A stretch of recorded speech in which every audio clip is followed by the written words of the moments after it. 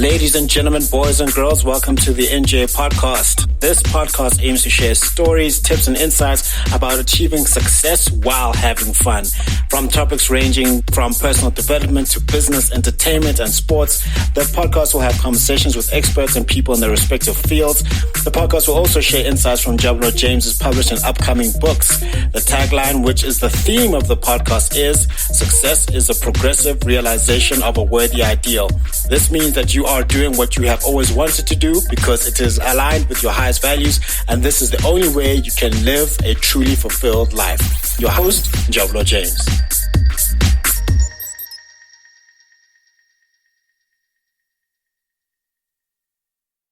I'm excited to have I'd like to call him a good friend now. Yes, definitely. I'd like to call him a good friend now. Definitely. A good friend now, Grant Senzani. And yeah, so he's a good friend of mine from Toastmasters. So what I want to do is read out his bio, and then we can get straight into the questions and conversation that we have for today.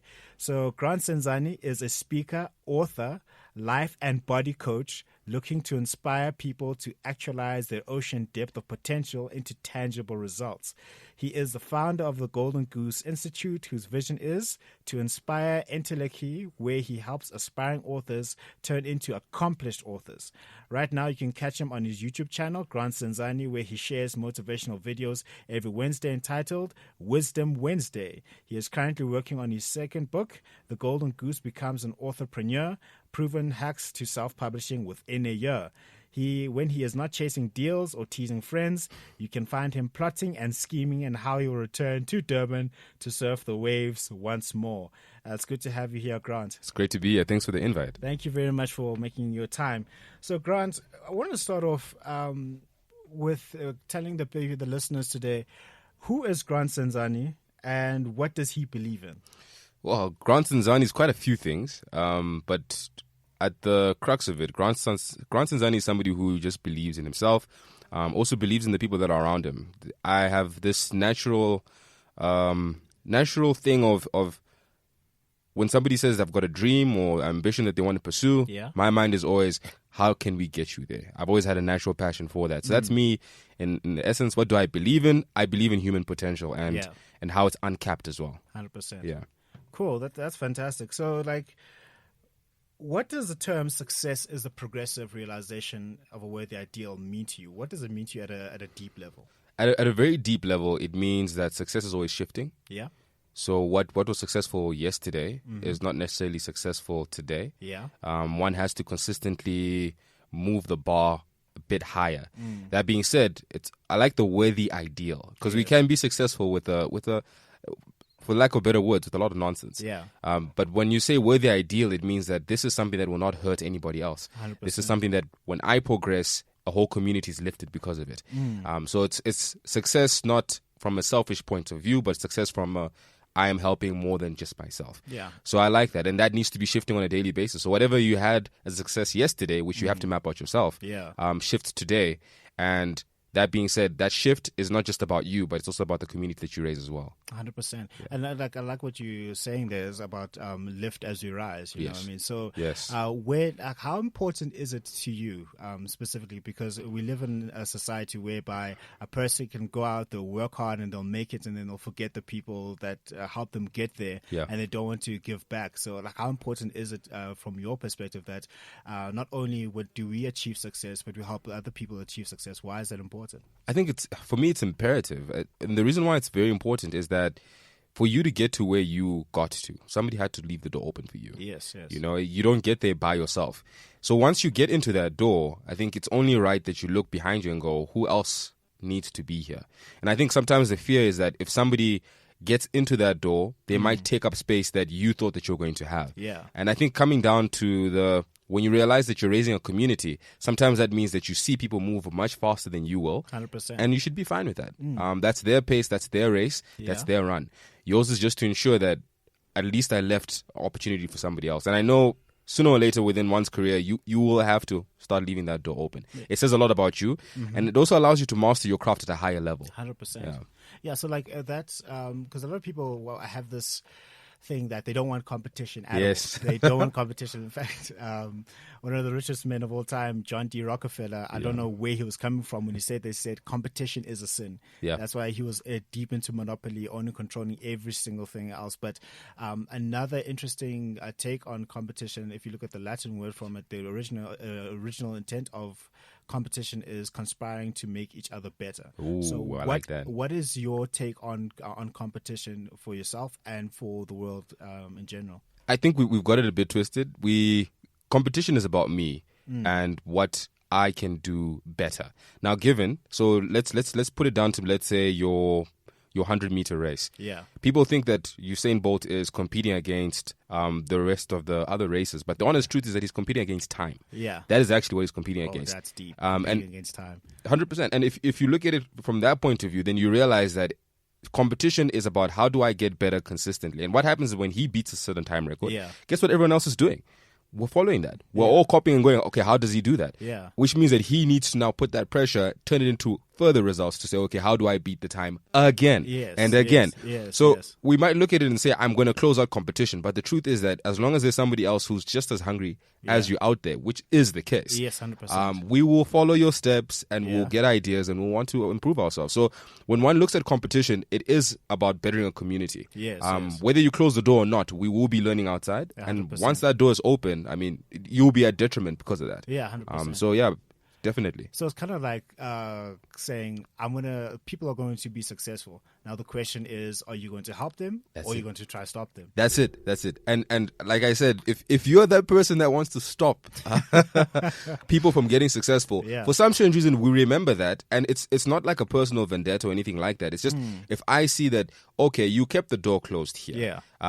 So you're not the type of person that I'd want to leave a door open to begin with, because clearly there's no mutual benefit here. Yeah, so you'd want that. But I also understand where John D. Rockefeller comes from, because monopolies is what actually allows you to get to a space where you have no competition. 100%. That being said, however, if you want us to take their own talents or their own ambitions and their desires and begin to just actualize them to the highest of degrees, you are always going to be in a competition of one, which is you once again. So regardless of where you are or what you're doing, there's always going to be room for you. Yes. That I strongly believe in. You're always going to have some sort of people that will support you, who hear your voice and actually want to support you. Yeah. There's no competition there. Yeah. You speak to a certain person. 100%. So it's kind of like saying, okay, Grant Senzani, and Jablo James, they've got their own seat in this world, and they've got their own thing that they can achieve, and we don't have to worry about somebody else taking your seat, because that is your seat and something that only that you can do. 100%. Yeah, 100%. And like you just put across, you've got your own experiences. Yeah. You've got your own stories as well, and that reaches to somebody. If I meet up with somebody who is a fan or a client of yours, there's a certain terminology that you speak to them that they understand. 100%. And when I say I'm competing against James, it's that's a mind game in my head. Yeah. But the honest truth is, it does not translate into real things. Because no. as soon as I stand up in front of an audience that is used to you, already they're like, that's not Nkosi. Yeah. And I need to understand that upfront, that there's a seat for me. Yeah. My job is to get to that seat and not to look at other people's seats and go, how do I get to that person's seat? 100%. Yeah. So I mean, and you want to help people become authors. Yes. That's a passion of yours and something that you're good at, and I commend you for it. Thank you, sir. Like you've done, yeah, because I've seen some good feedback from people saying, Grant helped me to publish my own book, become an author. So that speaks to the integrity of what you're saying. You say, I've got my own seat. I'm not going to stop and close the door, because it's. I heard T.D. Jakes said his destiny is helping somebody else realize theirs. Yes. So is that something that you're working towards? I resonate with that deeply. Yeah. I resonate with that deeply. When I wanted to publish my own book, self-publish, there was a lot of hoops and loops that people wanted me to jump into. So I had to learn that process myself. And I think once you get to the point where you realize that, hey man, there are a lot of battle scars here when you do things yourself. Yes. You look at everybody else and you're like, if somebody wants this opportunity, of course they'll pay you for it. Yeah. But you want them to get there and be better off than you were. So most of the books that are produced via my business will be better off than what mine was. Yeah. And rightfully so. Yes. Otherwise, what am I learning, and how am I translating that to somebody else's success? 100%. Yeah. So the point is always to get someone that's or make someone much better than you within their own race. Yeah. Because they can't run mine. No, definitely not. So like it all speaks to that term progressive. It has to be. You have to progress. You have to progress. I read somewhere where this it said that only a good speaker can create other good speakers. Yeah. Only a great leader can produce other leaders. So like you're saying, I'm a great author, so I'm going to produce other great authors. That's what you're going to be doing. Yes. Okay. I like that. Yeah. So like you're an author. So yeah. So am I. I want to understand your journey and how did you get from the point of saying, okay, I'm going to make this leap. I'm going to start off for writing a book, and then I'm going to be published. That journey is something that people want to pay you for. So could you share on a more personal level, not on a more like business level, yes, like on a personal level, I hear you. the emotional turmoil. Because it is an emotional experience. I would Yes. imagine it's an emotional experience. Getting from the point of saying, okay, I've got value to add in a book. Yeah. I'm going to go through this process and I'm going to publish a book and then I'm going to get it out there. Can you just share that journey of yours? All right. So I'll start off with the first thing I remember wanting was to become a professional speaker. Yes. That's always been something that's been on my mind for a lot of years. Yeah. And when I was gearing up for it and getting more confident, a person said, look, if you really want to get into this industry and do a good job, you're going to have to write a book. Yeah. So I thought to myself, okay, let's sit down and do that. Now, during that time, I'd left my corporate job, which is another story on its own. And we have time, we'll get into that. Yeah. Yes. And what happens is that once you leave your corporate job, when you finally realize that, okay, maybe these debit orders are not going to disappear. Yeah. You want to get back into the working force, but Yeah. you don't want to do what you had left. I think maybe that's also another ego thing on itself. And what I ended up doing was that I decided, okay, what I'll do is that I'll write a book so that I can just position myself completely different. So the book came from the fact that I wanted to become a professional speaker, but I also wanted to have a different career as a whole. Yes. Emotionally, there are lots of personal stories, which I've obviously added a spin of humor, because if they're not humorous, then we're like, have you gotten over it yet? Yeah. If you can't laugh at it, that experience wins. Exactly. So guys, laugh at your painful experiences. Laugh at them. But it was a painful ordeal. But pain in the sense of discipline, sitting down and writing consistently. Then there's a thing that I know you also know this person, an editor.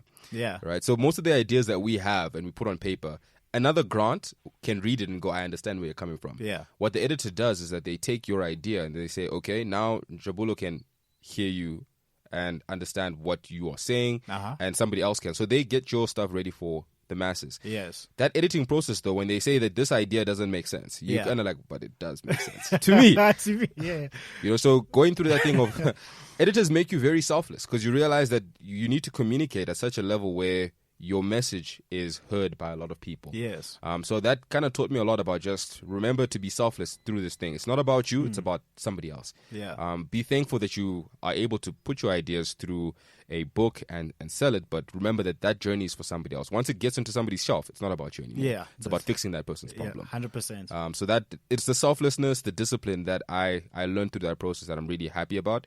Also understanding that you only know so much. 100%. You only know so much, and if you really want to know more, the opportunities are out there for that. So I had to Google, I don't know how many places to understand what does it take for me to actually get this book across. Understanding the ISBN numbers and so forth.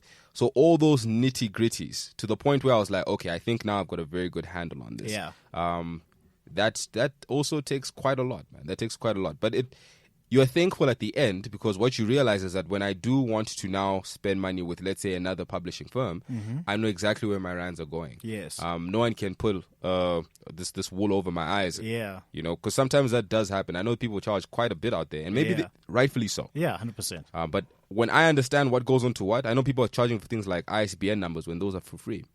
And we're talking about a very... But I understand that people have different business models, so I'm not going to dog them out on that. It's just that when you have gone through the process yourself with information and so forth, life for you begins to change, because now you're always you're more enlightened. Yes. So it's the enlightening, it's the self-discipline, and it's the selflessness that have really been remarkable to me, and things that I've learned along the journey. Yeah. So talk about what's your writing process, if you don't mind sharing that. Not a problem. So my writing process is first put out what I call a golden thread, and I teach that through my workshops, where I'll sit down and go, what problem am I solving? Because every book needs to solve a problem. 100%. There are books that I've read that I've kind of been like, oh man, this was a waste of my time. So what now? Exactly. Yeah. And there's certain books that I've read and looked at. Yours, for instance, the latest one that you've come up, You Are a Business. Yes. I loved that book. If you're out there right now, you definitely get it.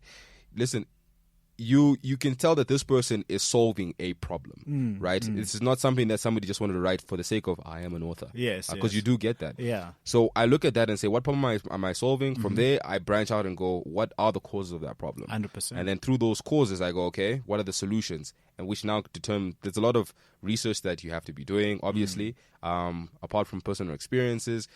And that's usually how I start. Now, with the writing process, that I look at a certain thing and go, okay, this is the cause I'm dealing with today, and these are the solutions.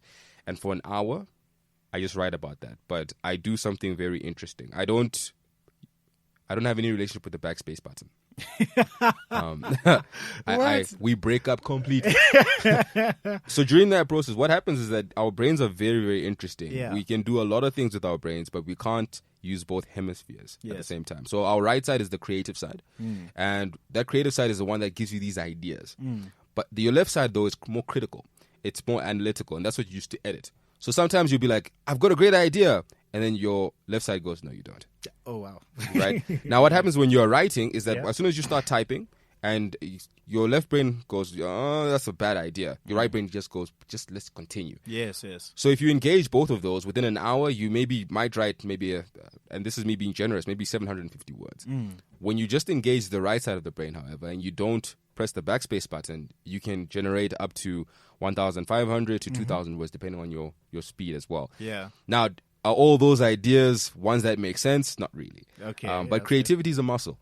And the more you're able to flex that muscle, the better the material becomes. 100%. So if you're patient with that process, that's what happens. So yeah, I mean, I'm done with my manuscript within like a month. Then the editing begins, and that's where the pain starts. Yes, brace yourself. Editing is coming. Yeah. No, you've got to. You've got to absolutely. Has been the most painful? I'm erring on the negative side. Like, yes. So, like, what was the most painful experience that you went through in terms of writing and publishing this book? What was there was, I'm sure there was like a night where like, you know what, I don't know actually. And it was also mentioned at your book launch. You kind of go, am I really an expert at this? Yes. There's that fear and there's that doubt. Now let me just explain the difference between the two. Fear is now me looking at the world and going, they might just uncover that I'm not an expert. 100%. And I think that's you being more than hard on yourself. But that being said, if you use that to your advantage, it can actually propel you to write a better book. Yeah. Some people it does. Some people they go, you know what, I'm going to keep this on my shelf. And I've had people within my workshops that have done, say, about 6 years of diligence and putting a book together, which I think is too long. But yeah. That's way too long. Yeah. But that book is still in the laptop. It hasn't reached fruition of any sort. And they've allowed the fear to take a hold of them and not shift them forward. Yeah. And then on the other hand, you get doubt, which is now me looking at my capabilities and going, can I really do this? Yeah. Am I really that person? So you almost want to balance the two to say that I need to be confident with myself to say that I am getting there. You're getting there. Okay. And I cannot judge myself according to my vision right now. All I can do is measure myself to it. Yes. And understand that I'm reaching that. Then with the fear, you've got to understand at the end of the day that fear is even with your second book, I'm sure you can probably talk about that as well. With your second book, there were fears that you went through. 100%. So that fear never goes away, but it's the fact to say, I'm going to challenge it regardless, and we'll see what happens afterwards. Yeah. I mean, like, talking to one of the fears is also the point of, when am I actually finished? Oh, dude. When am I done? Is this good enough? Yeah.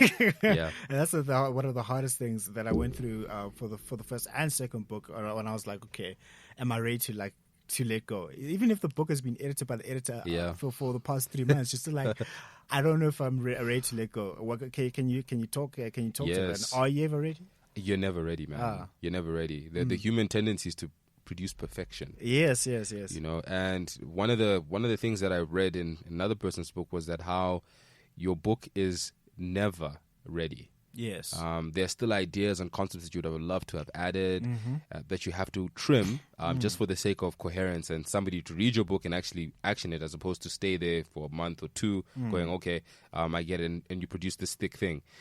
So in my mind, it's a matter of, when it comes down to letting that project go. Yeah. It's understanding that it will never get to a place where you're very happy.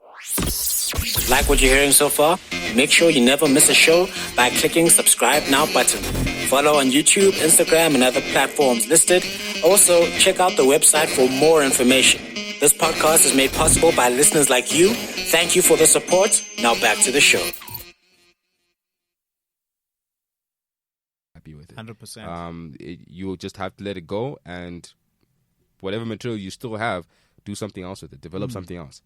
100%. So, like, you shared quite a lot of gems in terms of being an author. Yeah. And before we go into you sharing some tips from your own book, Go ahead. tell us about like a personal story. Still erring on like the sort of negative side. Yes. In your life, in your journey as an employee, as an author. Yeah. What was a dark moment? And how did you overcome it? Because where I'm coming from is that people like to glorify people's successes. Yes. People like to glorify the end result. And even when people are successful, they just want to look at the light and all the good stuff. But then I feel that robs you of looking at the whole life experience, because you can't take good without the bad. They have to exist in the same place, because now you can't appreciate a success without having a form of failure. You can't appreciate the light without having for some form of darkness. And people don't like to talk about the dark side. Sounds like something from Star Wars, the dark side of the Force. But like, what was like a dark moment that you don't mind sharing, and how did you overcome that in like your life journey? Okay. Man, I could talk about this for an hour in itself. So I finally finished my book, and I'm now sending it out to book festivals. And in my mind, I don't even know where I got the idea from. Just typed to book festivals, but I did it anyhow. So I'm sending it to places in Germany, some in the United States, and obviously here in South Africa as well. Out of the 20 emails that I sent, I only got one response back. One positive response. One positive response. The rest were just no, maybe next year. Yeah. And this person's like, yeah, we're keen. When can you come with a physical copy? Yes. But I sent them a final draft, not necessarily the copy of the book. So now I'm waiting for the copies to come through. And after my book launch, I'm now going to, it was the Kingsmead Book Festival, where I was an author in 2018. Yeah. And my books don't arrive on time for that actual festival. Yeah. And I don't care who you are out there. you try your best as a self-published author to be professional, but that lacks professional. I'm sure you were fluent in French that day. My. And I'm talking to, like, because my stuff comes in from Cape Town. I trust their quality. I just love their branding. And so when these books didn't come on time, I was just like, this is a disaster. So I send an email to the organizer, and she's like, oh, what a waste. Yeah. Oh, wow. So man. that for me was the biggest pain. But one of the things that I learned through that process was that when I was talking to exclusive books who were meant to get the copies of my book and sell it on that day, they said that this happens to a lot of people. What most people do is that they've got an order form prepared. And I was like, okay, so there's always a way. Now, given your sales are not going to be as much, because what they do at the Kingsmead Book Festival, you should certainly enter that. You find that what happens is that they'll put you on stage and you discuss your idea with other authors. Right? Now, what happens after that is that if you've obviously put your story across very well, you resonate with somebody in the audience. 100%. And these guys will go in and purchase your book. And then you obviously get sales from that. So to be in a space where somebody goes into exclusive books and says, where's this person's book? And the book is not there. I mean, that's a sale lost. Yeah, exactly. You really have to be very strong for somebody to say, regardless, I'm going to now call this person and we're going to get this deal done. Which happened for me, and I'm very happy about it. But it's taught me in the long run that always have your book way in advance, because you never know what opportunities are out there. 100%. And if those opportunities present themselves and you don't have your book, man, that's going to be a tough thing. It's a tough thing. I mean, like, also this part of being an author is, you can write, you get your book out there, but what are you going to do about the commercials? What are you going to do about dude. That entire business element of being an author, if you don't mind sharing that as well, because ultimately this pain came from, I don't know, I'm not to say necessarily a lack. Yeah. It wasn't necessarily, I won't say a lack, but it was a pros. It was like something in the business and commercial process that went wrong, and that you can only learn by being from a business element of it, because you had a date, you had an order, a supplier had to give you the goods on time. They failed to do so. It hurt, it could have hurt your market credibility. It could have cost you a lot of sales. So that's a whole a lot of things that my dad calls MBA, management by achievement. So so just talk about like that business element of it, because now you wrote the book. Now you need to be a business person about it, man. That's the thing about being a creative. You can be as creative as possible and produce like amazing work. But if you are in the dark, nothing comes your way. No finances whatsoever. So one of the things I learned through that process is that one needs to have a marketing plan. 100%. And that needs to be well established before the book even comes out. If you don't have a marketing plan, then what is your plan? You know, and I only got a marketing plan, to be very honest with you, probably a year after that. And that's something that now I teach in my workshops. You've got to have a marketing plan before. And you've also got to understand, because I think there's about 21 ways you can make money off a book. You know, you've got to understand which ways you're going to do that. So as you're writing, you're already putting yourself in that position. And I think sometimes when I started writing, it was just more of here are stories that will inspire you to actualize your potential. Going back now, especially with the second book that's going to be coming out, in my mind is now, how do I ensure that every word, every sentence, every paragraph positions me in this way whilst giving value? You know, so you've got to have that marketing plan in advance, because that is actually going to make sure that your book becomes a financial success, which it has to be. But I also think that you mustn't be looking at your book sales and thinking that that's where you're going to get your money from. And that we also learn the hard way. Unless you're like James Patterson, who sells like 100 million copies. Yes. Then you won't. No, you won't. In South Africa, I heard that if you're doing 250 books in a year, you're doing well for a self-published author. Is it? Yeah. Oh, wow. Yeah. So if you're doing more than that, something tells me you're doing more than that. But if you're doing more than that, you are now already a cut above everybody else. Wow. Self-published.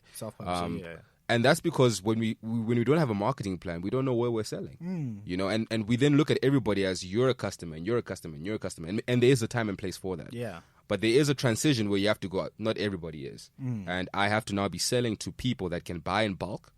First off, which means that your marketing plan needs to be so pristine that you know exactly who you're targeting. 100%. Which is not always the case when you start out, because in your mind, it's just like anybody will do. And people will support maybe the first book, maybe the second, maybe the third. But after some time, they'll be like, well, your books are not about me. They're about somebody else. You know what I mean? They're not. They're a bought audience. There's a difference between a bought audience and like fans and followers of yours. Because I mean, like you can have a book whereby like mom, dad, brother, sister, all of them buying because I'm like, hey, we grew up with this person. 100%. Those are your fans. Those are your immediate supporters. But a person who's never heard of you in like Egypt or Germany, who looks at your book and says, I want this book because I love Grant Senzani's style. Those are the people that you're trying to sell to. Am I correct? That you're 100% on the money. You want to move away from people that are your, and I say this very politely, that are your support or crutches. And we need them because those give us the initial confidence to sell to the person that is completely out of our radar. You know, so you really want to do that. And if you don't have a marketing plan for your book, that is a stress and a half. And I think if you are a publishing company out there, that's something that you also have to sit down with from a responsibility point of view. Because we, as anybody that creates something, we always have this feeling that we're going to sell out. You know what I mean? No one sits down to make something and goes, I'm going to be poor now. You know what I mean? Everyone's about, I'm going to sell out. So if you don't have a marketing plan up front, then that already begins to be a far-fetched dream. No planning means we're failing. 100%. You know what I mean? So for me, it was creating a proper marketing plan, which I only learned after.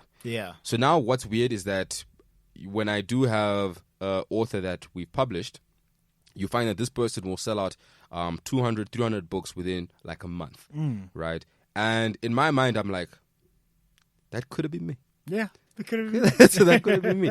But I had to learn this the hard way. Yeah, 100%. You know, so, but it's a blessing to see somebody else not go through that, I must admit. 100%, of course, there's that little bit of dark side that goes, oh man, aren't you jealous about that?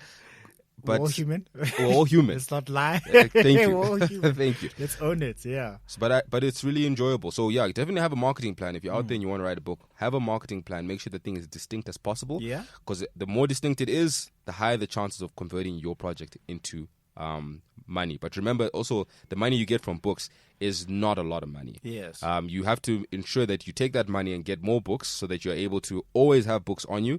Ensure you also have some sort of paying device. And this I learned from you. Yeah. I was still on that tip of e-wallets and cash sends are fine.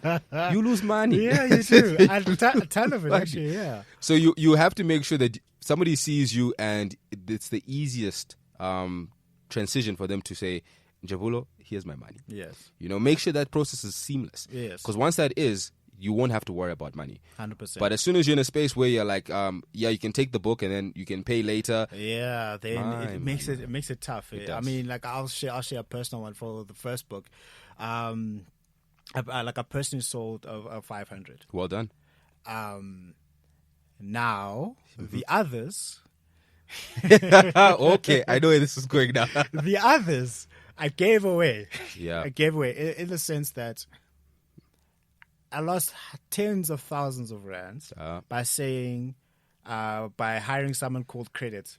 So I had to fire Credit. It's a what bad I mean is employee. like, you're a bad employee. No, does that like there's some people who are trustworthy, yeah, and some people who just like things for free and say, I will pay you back later, and they never do. Not to say that they're malicious. Some they may genuinely forget. Yes. But some have no intention of paying you whatsoever. True. And I'm not going to blame the other person for that. That is solely responsible Well for done. me. Yes. Because I didn't say I'm going to hold you accountable to paying right here and right now. And also to that, one of the things I started doing when I started sending invoices, and for authors and for business people, this does help. On your invoice, put like a fine print that says you should pay by X date, Yes. or else interest will be accrued of 10%. The rate at which people paid me back once they read the fine print went back from like a month for anyone to pay back to like a week, because people have that element of fear. I'm like, I don't want to pay more than necessary, and also don't want to be the person that robs another person of their income. So that's I'm going to apply that. For all of my quotes, I'll be like, hey, 10% now, 10%. It's standard contract practices. I mean, like I learned this when I was like, and also being the project management field, when you're putting together proposals and contracts, when they put like the terms and conditions, I thought it was just there to make life complicated, but no, it's really to cover yourself, and it's got nothing to do of saying another person is evil, because this is business. It's like whether Grant is a nice person, whether I'm a nice person, we're still human. We still can make mistakes. Putting an objective contract in place helps protect both parties, so that when we have disputes, we leave emotions out the way. It's like, this is what we agreed on. This is what you signed. Are you going to agree? Yes or no? So it's just. I love it. I love it. It's just business. It's business. It's just business. Yeah, it's just business. It's business. Yeah. No, you're so on the money. Yeah. So I want to say, like, what can people do from your perspective, like, to sort of because you became an author to like reposition yourself. Yeah. What can people do to rebrand themselves, whether they're an employee or the self-employed or the business owner or they're a teacher, whatever it is that they are in? What can people do to rebrand themselves? I think the first thing one needs to do, and this is a complete curveball, is that the answer that is that you need to sit down and actually write yourself a life plan. A life plan, okay. Write yourself a life plan. Yeah. Which is a concept that I got like recently off reading a book called, I think it's called Fast Forward. I've just forgotten the author's name. Yeah, I remember that the title of the Man. Fast Forward. I can't remember the author, but like, we'll remember that. Yeah. So he puts across the notion of what Stephen Covey says: start with the end in mind. Yeah. You know, so when you write, in this case, they say write your eulogy down, right? And I use this within my life coaching as well. Write your eulogy down, and then after that, write a plan on how you're going to achieve those things within your eulogy. You know, so when one thinks about how do I position myself, you've got to ask yourself, where do I want to go? Before you start saying, I want to position myself differently. Because what I've seen is that you realize, let's say if I want to plan a trip to, not even a trip, there I am, I'm like, I'm going to buy a flashy car.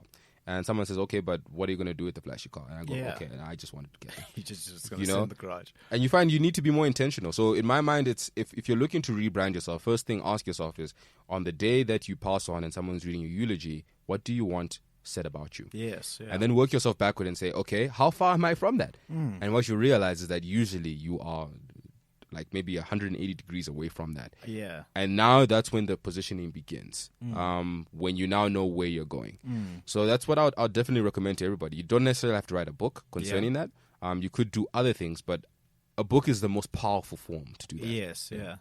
At least in my humble opinion. Definitely do that. And what it does is that it also takes all the information inside your head, makes it congruent so that when you're now talking to people about it, you're coming from a place of, my ideas are expressed very well. I can communicate these ideas now, 100%. You know, so that's my take. I'll start with a life plan, understand what your eulogy is, and then from there say where am I concerned with that, and then start taking the degrees of the turns to get there as well. Yeah.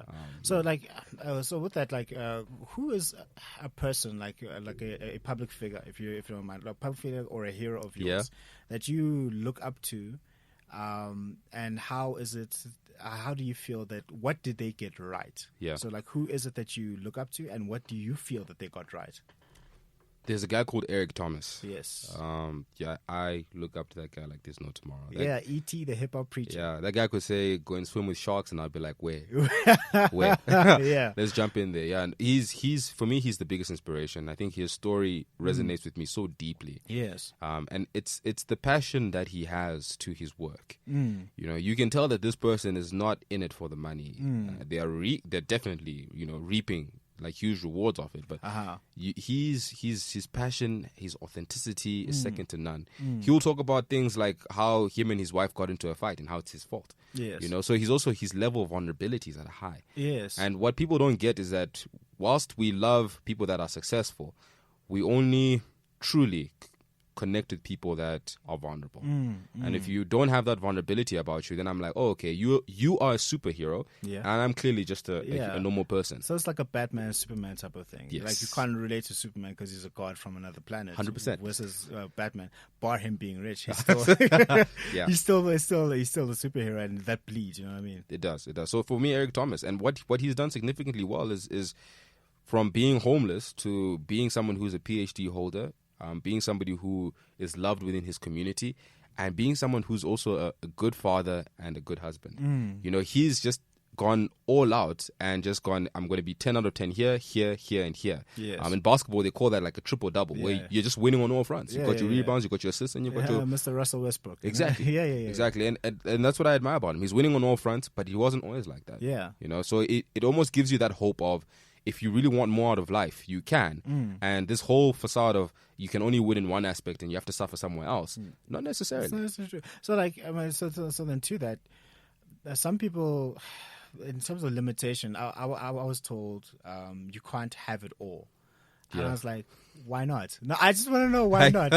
Why can I not have it all? Why can't I have a good mind, a strong body, passionate relationships, a whole lot of money, and live a life that's on my own terms? Yeah. So, do you what is your take on that? Can someone have it all?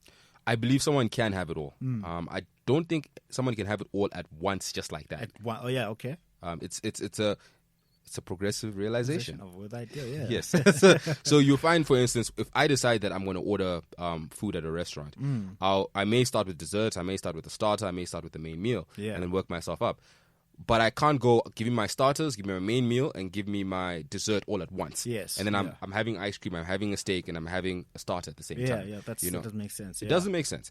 But when I sit down and go, okay, I'm going to have my starters right now, and then I'm going to have my main meal, and then I'm going to have my dessert. What you're saying is that at the end of the day, I'm going to have a full meal. Yes. Nothing's going to stop me from having a full meal, but I'm going to do it in a progressive manner. Yes. So I do think that you will get to a stage where you will experience a good relationship, good physicality, good spiritual life. All of those things will come into fruition. It has to happen. If you write it down, these things have to happen. Yes. But what happens now is that I think humans, especially with movies and stuff like that are being sold, you almost have this thing of, I will get all the finances, but then I have to lose out on everything else. Yeah. I'm like, no, not necessarily. Yeah. Not necessarily. Why not have everything and why not produce that? The mind is such a powerful thing that if you engage it on that level to say, what can I do to have everything? It will give you an answer. Yeah, 100%. And for those of you who are spiritual, God will give you the answer. Yeah, definitely.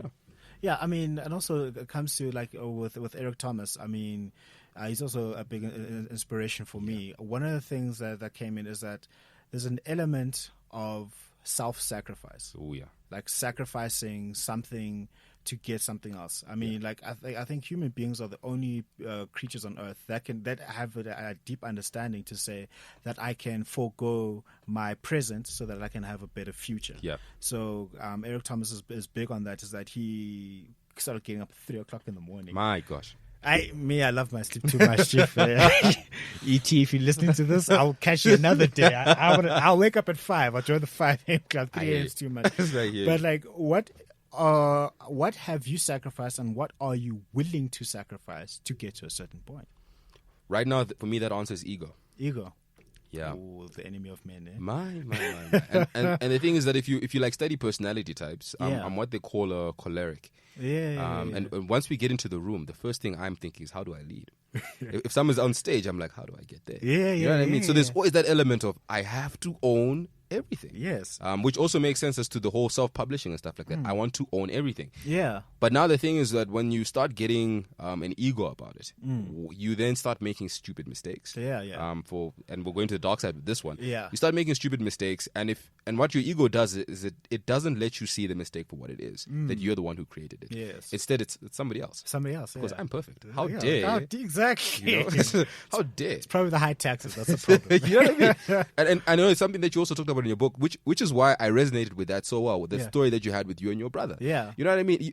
You as humans, it's like somebody else is doing that. No. And you're like, but within the company, you're getting paid X amount. Somebody's getting paid more. 100%. You just don't know what they and you're like, oh, so it falls on me. Yeah, so it's actually me. Like, yeah. So for me, it's letting go of ego completely and just understanding that there's no place for that in success. One has to let go of that to allow for better things to come their way. Yeah, 100%. So that for me, and there's a quote that I think I really loved yesterday that talked about how the things we justify are the things that stop us from becoming greater. Exactly. You know, and for me, that has been ego. Yeah, so it's like if you argue for your limitations, you get to keep them, right? Yeah. Happily. With interest. You know what I'm saying?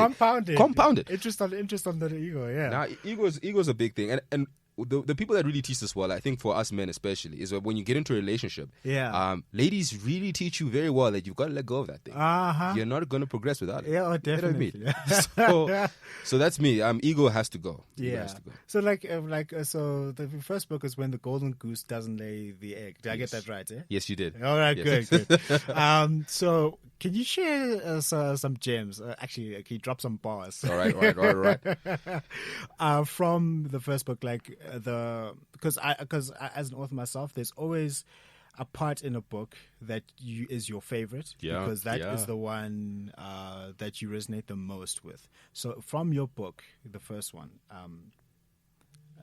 what is it about that book, and not the book, the actual content that you want to share, that you resonate with the most?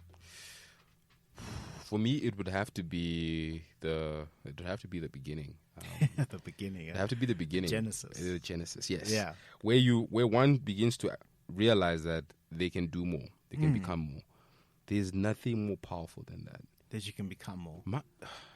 To say that today I woke up and let's say even just off this conversation, I'm like, okay, so going forward, in my contracts, I'm going to ensure that I stipulate 10% if somebody wants to.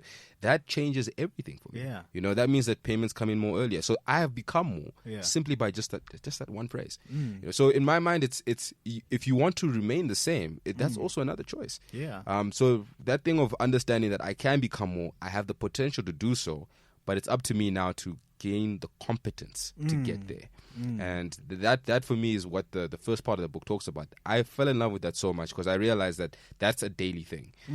We can talk about things like how do you prepare for an opportunity that has its place. We can also talk about how you can execute it, which the book talks about. That has its place. Yeah. But I think everything starts off with the fact that I can become more. 100%. You can become more. Wow, that's a powerful bar, right? Thank you, sir. 100%. So like you, because some people like to say to their children or their spouse, like, listen, no, it's okay. You are right the way you are. Yeah. And that's rubbish, you know, because that's rubbish because like you can definitely become more. Yes, you can certainly become more. Yeah. And I don't like that thing of you are fine the way you are. You're not. Because you want to be, like you're saying to your young child, you can't walk, you're fine the way you are. Yeah, no, you can't.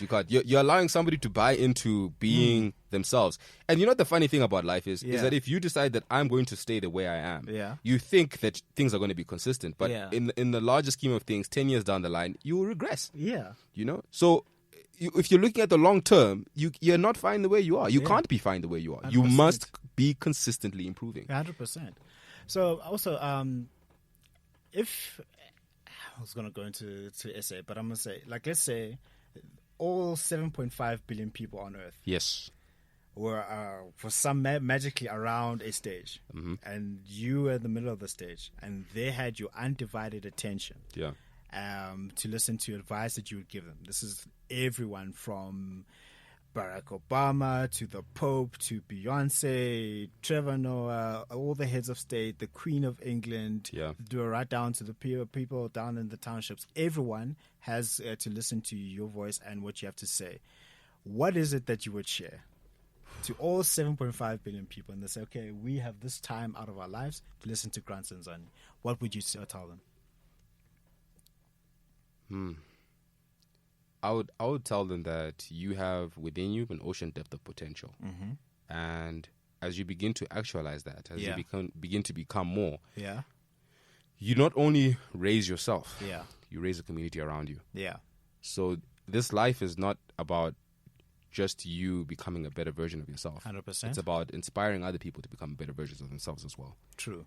And that I think is the one-liner that I would live by and share. Yeah. I'm going to speak that into existence. Yeah, speak that into existence. Yeah, and the guys, will be a day when all 7.5 billion people listen to Grant Senzani. There we go. Because he is fantastic. Thank you. So, any last thoughts that you would like to share? Thanks for the platform. I think it's been great sitting down and sharing ideas with you. I feel like we should have had a mic outside whilst we're also talking. Yeah. There's some other gems, guys, that you missed out on. There's some other gems, like definitely. But like this is, I'll have you on again. Trust me, I'll have you on again. Awesome. Because so then I also wanted to say so thank you for coming on the show. This is the first interview of the NJ podcast that we're doing. Yeah. There's going to be a whole lot more. And then also I want you to ask if I can purchase 2 books from you, because we're going to be running a promotion on the podcast. We'll send out on social media. Okay. And for those people who are able to answer what success is, the progressive realization of what the ideal means most to them, are eligible to win a 2 copies, or 2 winners will be able to win a copy of Grant Senzani's first book. And then I don't know, you might want to share a promo code for your second book when it comes out. But definitely, we'll do something like that. So that is me, Njablo James. We're wrapping up a conversation with Grant Senzani, fantastic author, speaker, life coach, and body coach. He'll be one of the greatest of all time. So thank you very much for listening in, and we'll see you at another date. All right, bye. Thank you for joining us on this episode on the NJ Podcast. Make sure to visit the website, the njpodcast.captivateair.fm, where you can subscribe to the show in iTunes, Stitcher, all the other podcast platforms, or via RSS, so you never miss a show. You can also find the video content on the YouTube channel and Instagram page. That will be Njablo James on YouTube and njablo.j.ngosi for Instagram. Please subscribe and follow on those platforms as well. And while you're at it, if you found value in the show, we'd appreciate a rating on the podcast platforms, or if you'd like to tell a friend about the show, that will help us out too. If you'd like more information about published or upcoming books, visit www.njablojames.com for more information. Please reach out if you'd like to share what you would like to hear and which guests should be invited to the show. And remember, success is the progressive realization of a worthy ideal, which means that you are doing what you have always wanted to do because it is aligned with your highest values, and this is the only way you can live a truly fulfilled life. Now just chill until the next episode.